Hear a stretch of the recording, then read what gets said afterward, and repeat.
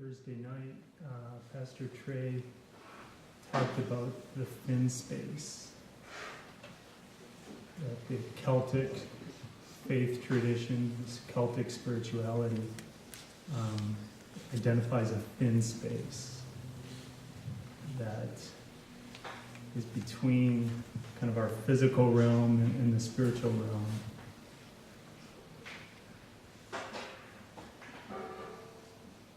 I can't say I know exactly what that means always, but we're in that, whatever it is.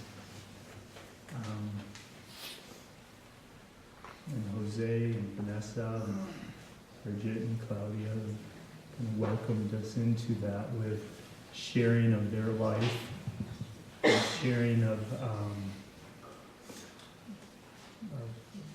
their stories. And so I get the joy of trying to tie a lot of this together.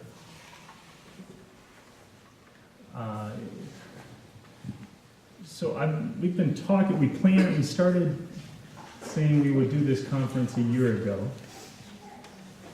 We started meeting and planning 3 months ago. Somehow we figured out I should talk towards the end here. About a month ago I started thinking, what am I going to talk about? Last night, I still had nothing.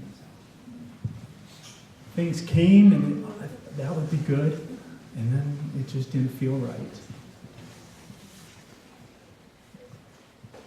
Last night, the best I could do was hearing, and I wrote it on a piece of paper, do not be afraid.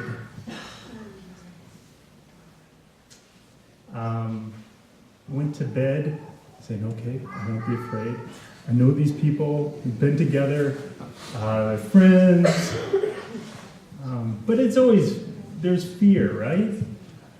No one likes to stand up in front of people, say, don't have anything. But I woke up this morning, and what was in my mind was, do you trust me? Do you trust me? And it's one of those experiences that you say, yeah, I can trust. But do you really trust until you have to? I've noticed in ministry that it's easy to say I trust until those few times that I haven't known how to pay the bills and where the money's going to come from to make payroll or to pay the bills. And then I've had a glimpse of what it means to trust. Do I believe something will happen, but I'm not quite sure I know how to make it happen?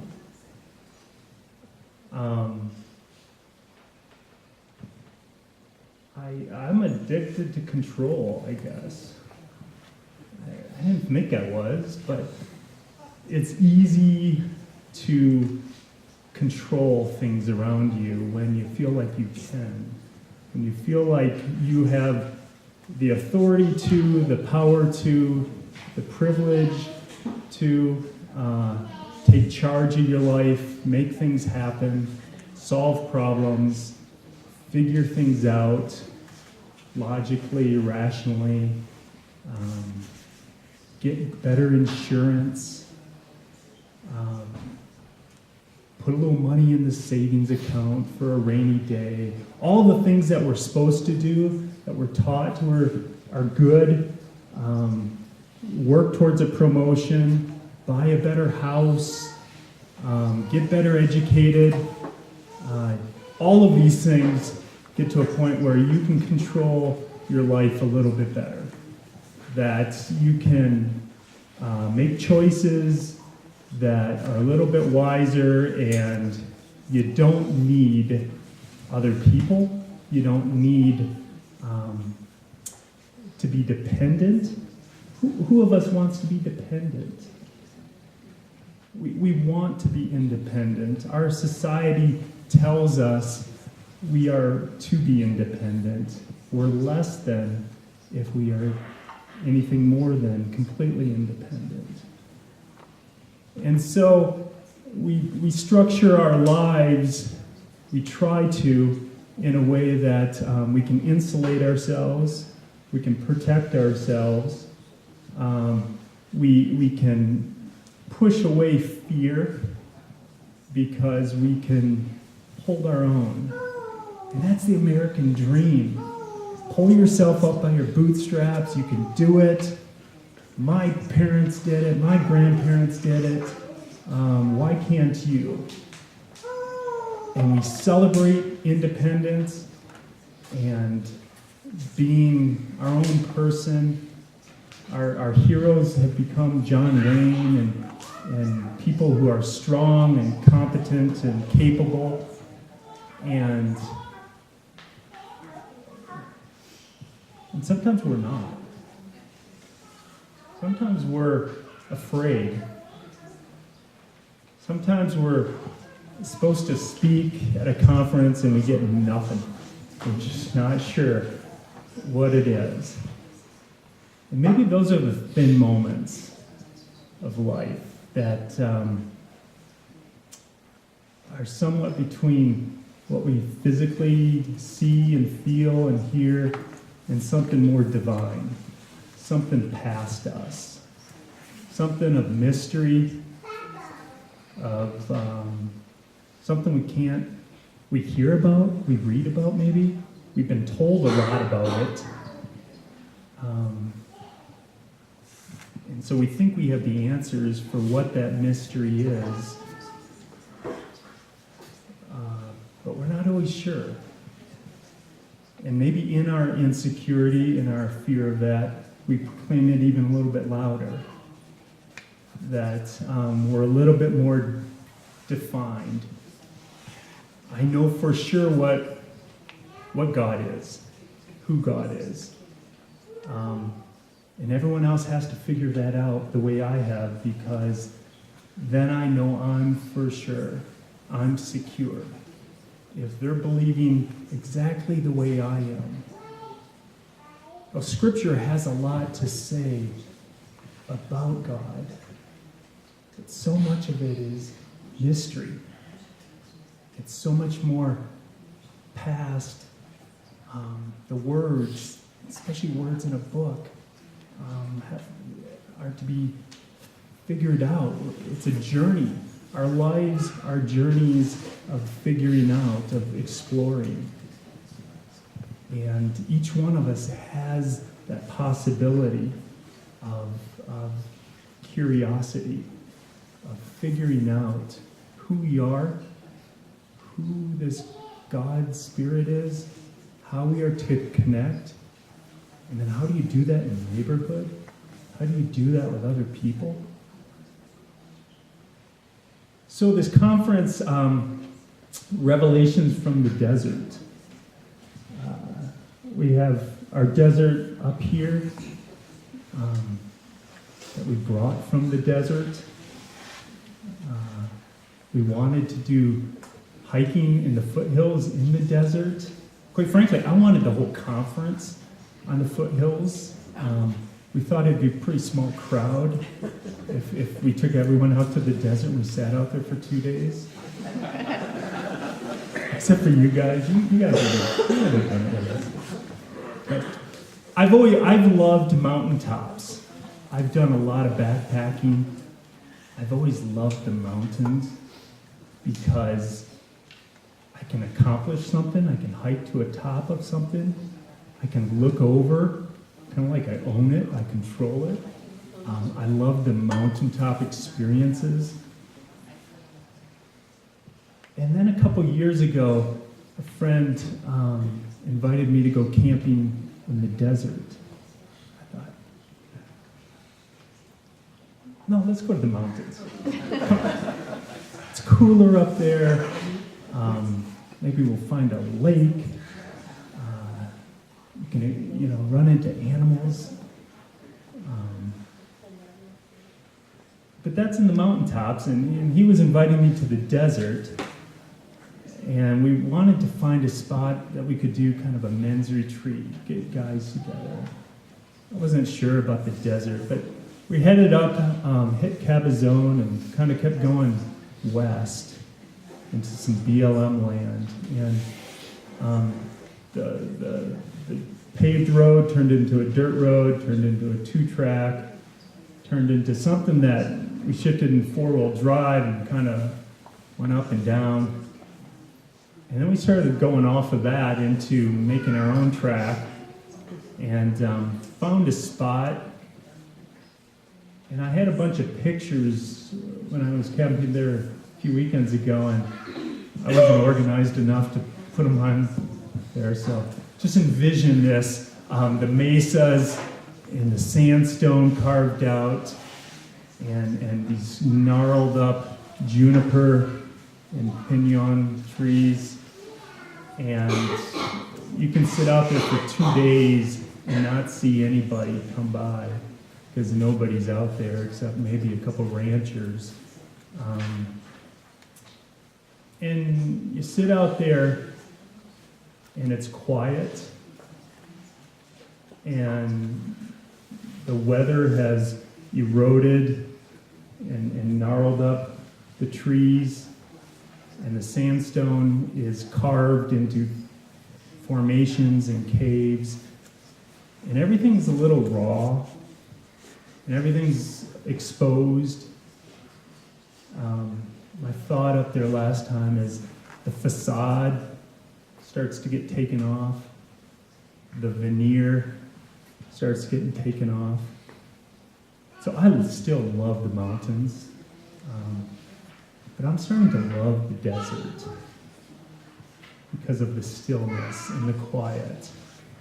And the point of being taken out into the desert for things to be revealed, for things to be exposed, for things to be shaped. And so this conference started out Thursday with Trey and Sammy, with Rhonda talking about weeds that we can eat. And the fathers, the desert fathers, the people that escaped into the desert to step out of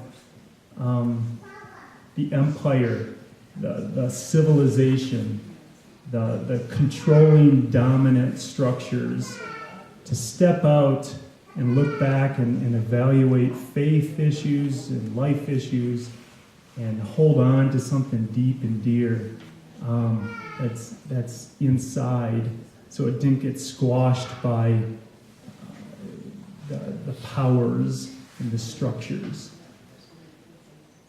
And again, a white guy has a hard time. Let's just admit it. Us white guys have a hard time understanding power structures because it's us in a fishbowl.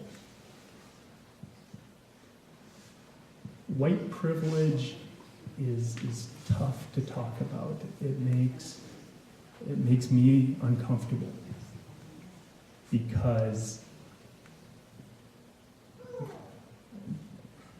I grew up middle class. Thanks, Dad. But we weren't rich. I ate homemade bread and walked to school.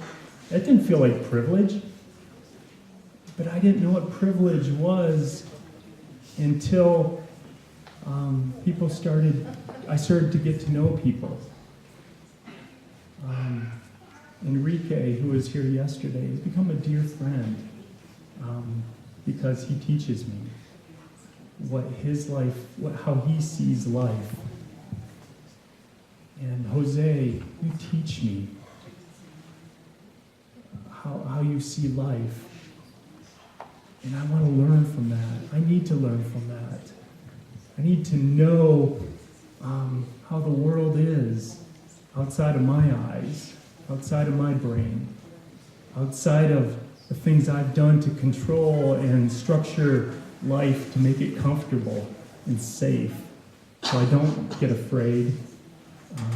and probably so that I don't have to trust, because trust is hard. So we need to have conversations about race.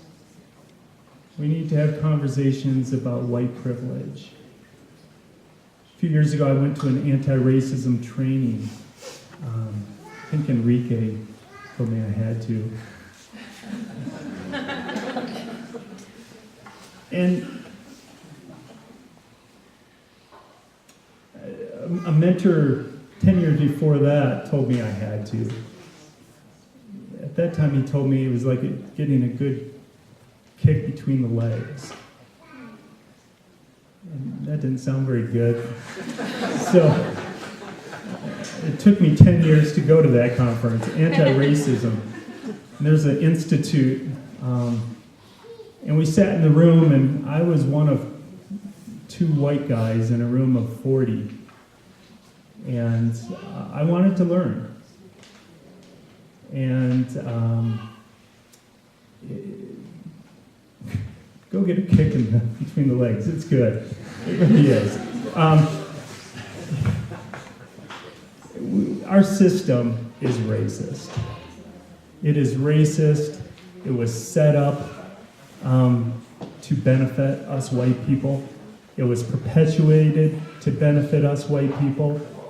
It is continues to be propped up and encouraged and supported to benefit people like me, and I have no idea.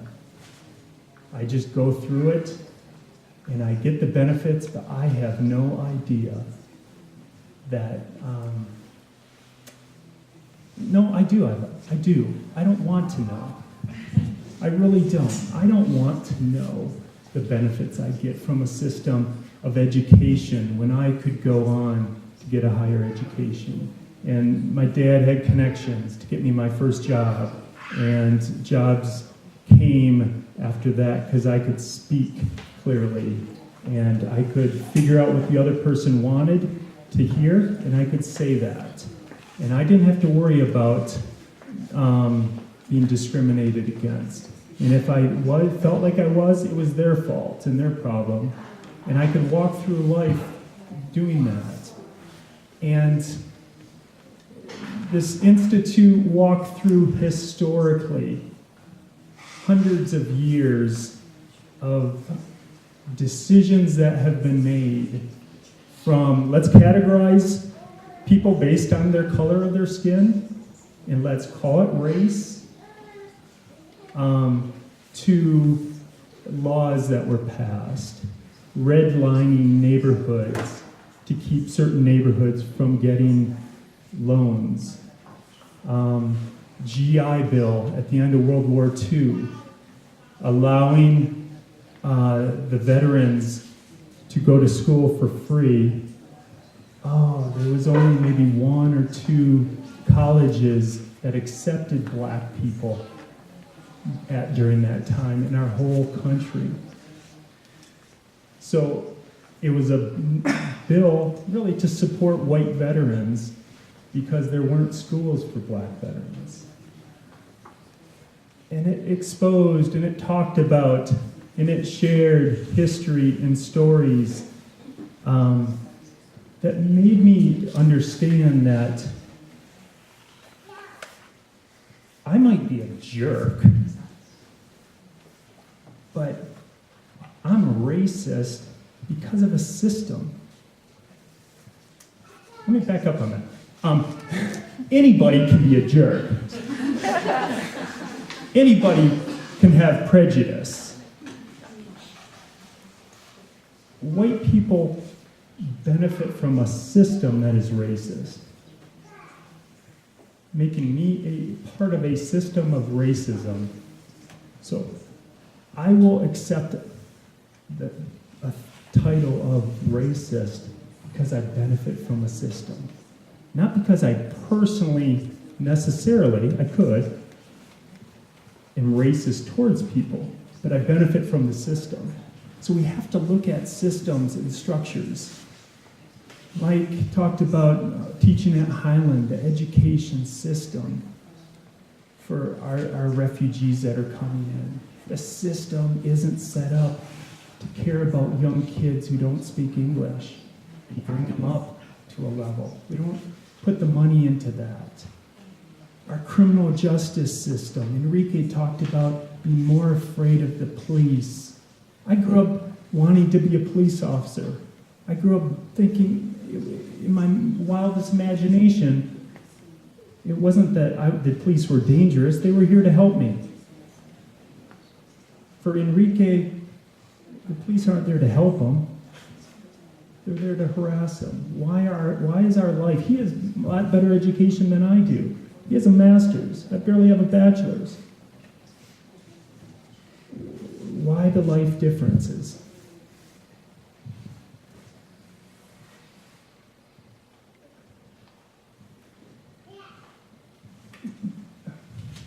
Kip was talking about lamenting the church. Sammy helped me out a little bit yesterday, and I was saying, I don't know what to talk about. And he mentioned lament. And lamenting, crying out, asking why, just grieving situations has been on our heart for a while. This neighborhood, I've been walking the streets and been here for 17 years, going on 17 years now. And I think today, in some regards, especially on our prayer walk yesterday, it's worse now. It feels heavier, more oppressed now than 17 years ago when I came. And that's maybe just from one perspective. That's from maybe my small eyes looking out. I quickly contrast that from how many stories have we heard this weekend? People sharing their hearts, what they're doing. And I say, this neighborhood is complex. There's great things going on, great people doing phenomenal things in the midst of a real oppressed neighborhood. Some real heaviness, some real sadness, some real brokenness. A neighborhood that we still hear people saying, when I go talk at some of the Northeast Heights churches, we won't send our kids down there. We tell them not to drive through that neighborhood. It's not safe. And somehow we've come up with an idea that life is supposed to be safe. It is supposed to be controlled and managed and do our risk evaluations and protect ourselves and our children from those other people, those people that are walking streets and yelling and screaming and hanging out at the bus stop, and why don't they just get jobs? Let's stay away from there. And I lament the fact that our churches do that, that we've bought into the idea that following Jesus is supposed to be comfortable, is supposed to be about sitting around tables, intellectually hashing out some scripture, and then arguing about it, and then sitting and hearing one more sermon. Damn it, we don't need to hear more sermons. We really don't. We know. People know scripture. They know. And then they just go home and argue about whether the pastor was right or not, or did he say something good. We don't need any more of that. What we need is community. We need people connected.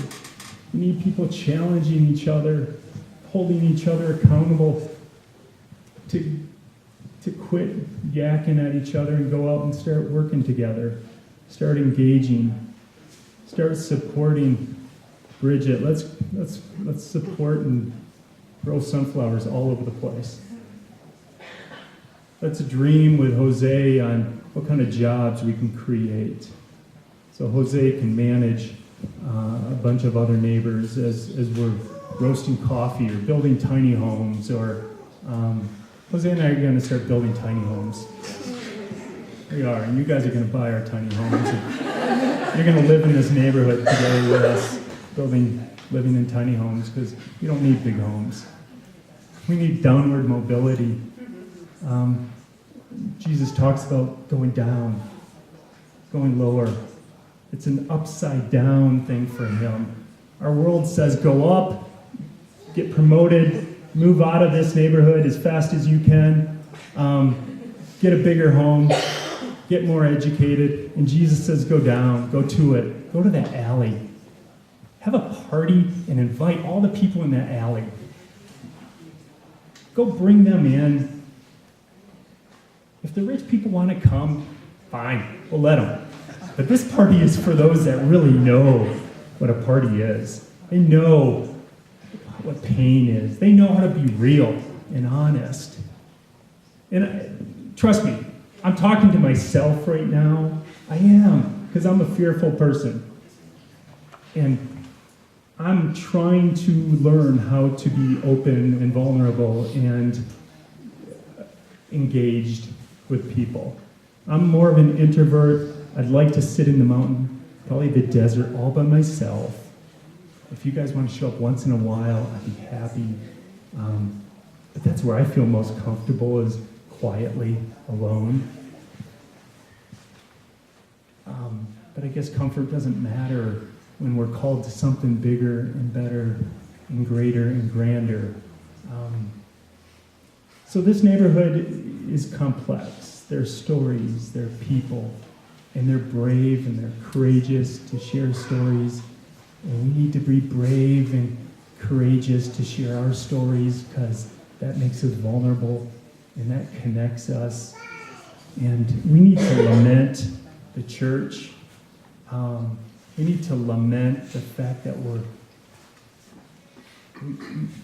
fearful to have a voice, a prophetic voice, calling out evil. And let's face it, building walls, saying Muslims are not allowed in, is evil. It's evil. Has nothing to do with the gospel, the good news, the invitation, the welcoming of Jesus, has nothing to do with that. And we have to have a voice. And we need to support each other in that, because we're all afraid. We're all afraid to speak out and what will people say. And trust me, I am. For years, I've been more concerned about we're going to lose donors. If we lose donors, then I have to worry about how to pay people, and then I have to trust. ECM will build more tiny homes if everyone quits supporting financially. And then we'll sell more tiny homes to you guys, and that will be the money that we can keep going. Or, we all live in a tiny home together in a big community, and some of us work, and some of us don't have to work, so they can do things. We can get creative, right? All of us don't have to have full-time jobs where we're stressed and maxed out, and we're trying to take care of kids, and we don't have enough time to do everything, so we volunteer a couple hours because we're all stressed, and we try to help a few people because that's what we should do. What if we all live in... Jose, how many rooms do you have? Can we move in? 2. Okay, well, some of these people are going to live to your neighbors. We'll knock out some walls. And then you guys can help watch Jose's kids so he's not trying to get to school and find work and go to the daycare and pick up his wife, because he needs a car. Laura had an accident the other day. We need a car. The car she had, the brakes went out as she was going to church to pray for her husband. You know Laura, she just talked. She needs a car. So One of you guys has an extra car. We need a car. These are the kind of things. We're going to be radically generous people. We're not going to, and hold me to this too. We don't need to build up our bank accounts and be more protected and have more insurance. We need to be radical. We need to give generously. We need to support. We need to come alongside. We need to create jobs and learn from each other.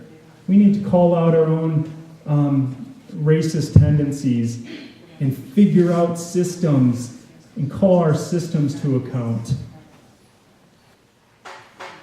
And Isaiah, we should look at the Bible.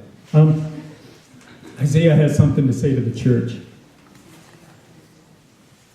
Why have we fasted, they say, and you have not seen it? Why have we humbled ourselves, and you have not noticed?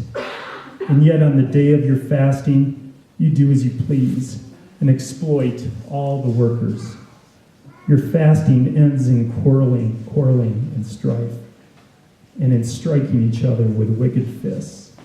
You cannot fast as you do today and expect your voice to be heard on high. Is this the kind of fast I have chosen, only for a day for a man to humble himself? It's only for bowing one's head like a reed, for lying in sackcloth and ashes? Is that what I call you to fast? A day acceptable of the Lord? It is not the kind of fast I have chosen.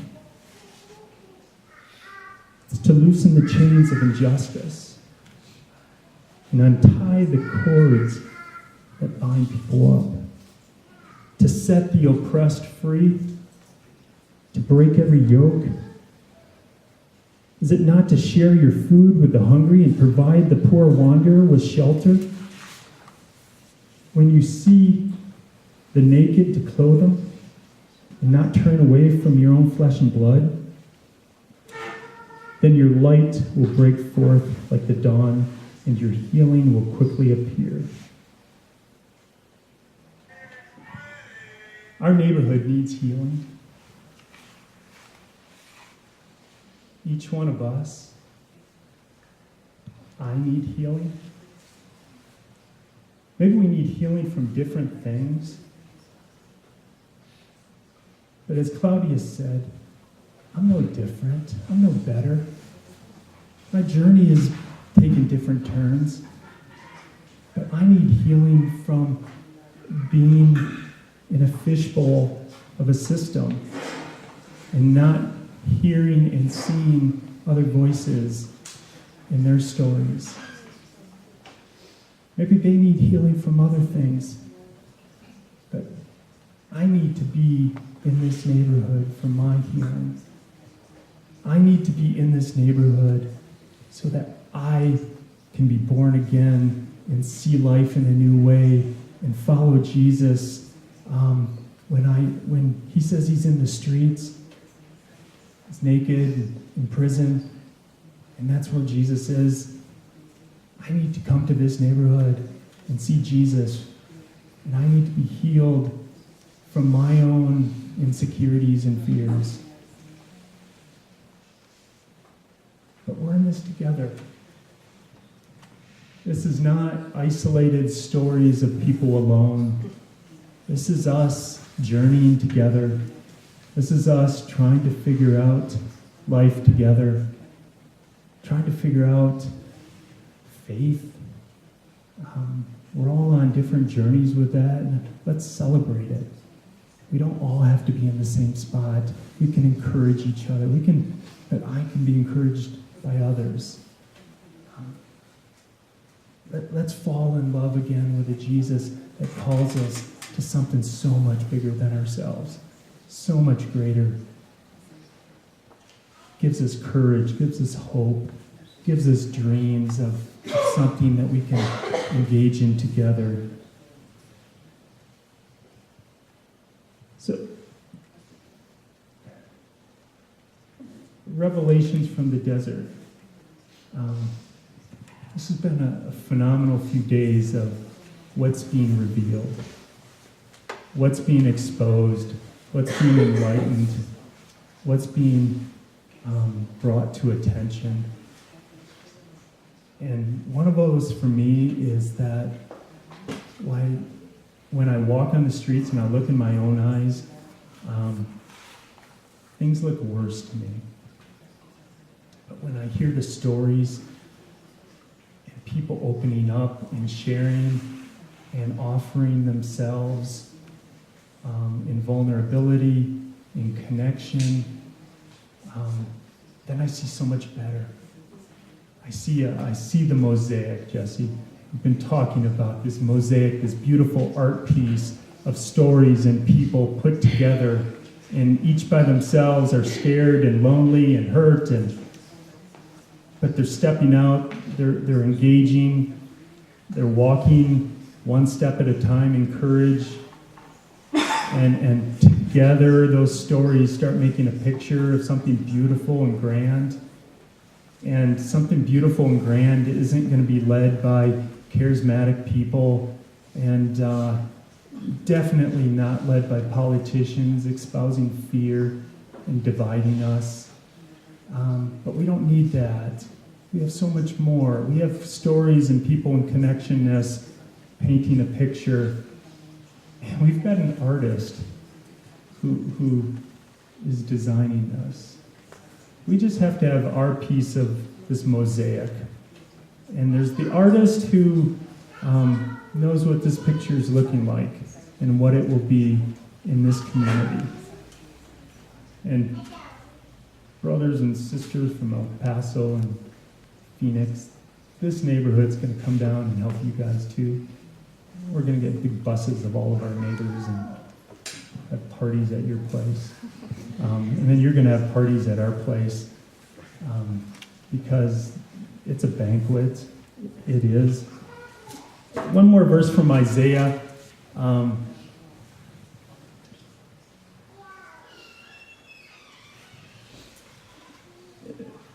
Let's keep our eyes on what this picture might be. Let's keep dreaming what this picture might be. Because it doesn't look like the systems and the structures that are around us now. Here's one picture from Isaiah. The desert and the parched land will be glad. The wilderness will rejoice and blossom. Like the crocus, it will burst into bloom. It will rejoice greatly and shout for joy. The glory of Lebanon will be given to it, the splendor of Carmel and Sharon. And they will see the glory of the Lord in the splendor of our God. Strengthen the feeble hands, steady the knees that give way. Say to those with fearful hearts, be strong, do not fear. Your God will come. He will come with vengeance, with divine retribution, and he will come and save us. Then will the eyes of the blind be opened, and the ears of the deaf unstopped. Then will the lame leap like a deer, and the mute tongue shout for joy. Water will gush forth in the wilderness, and streams in the desert. Then burning sand will become a pool, the thirsty ground bubbling springs. In the haunts where jackals once lay, grass and reeds and papyrus will grow. And the highway will be there, and it will be called the way of holiness. The unclean will not journey it, for it will be for those who walk in the way. Wicked fools will not go about on it. No lion will be there, nor will any ferocious beast get up on it. They will not be found there, but only the redeemed will walk there. And the ransomed of the Lord will return, and they will enter Zion with singing. Everlasting joy will crown their heads. Gladness and joy will overtake them, and the sorrow and sighing will flee away.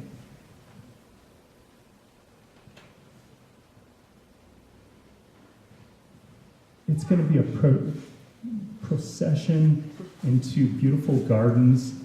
Led in the front of that procession will be those that we've never expected. those that know what real struggle is, what real pain is, those that have had courage to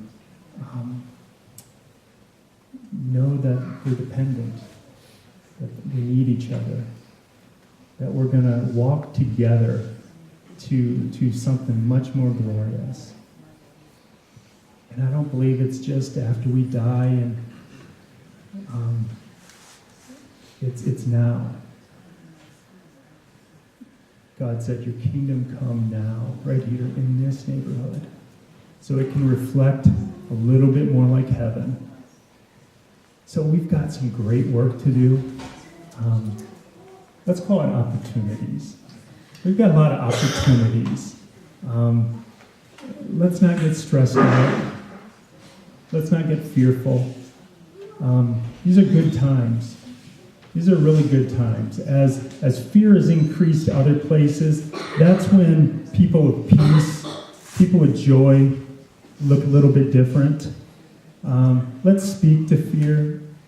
Let's overcome our own fear. I'm going to work on overcoming my fear and stepping out more. But this is good. These are good times. Let's be joyful. Let's keep our eyes on a vision of something much better. And so remember, as we close, it's not about any one of us. It's not about any one charismatic person. It's about all of us in our humility, in our brokenness, just being honest and following one that is taking us there. So let's do it together. Let's not leave anybody behind. Yeah, thanks.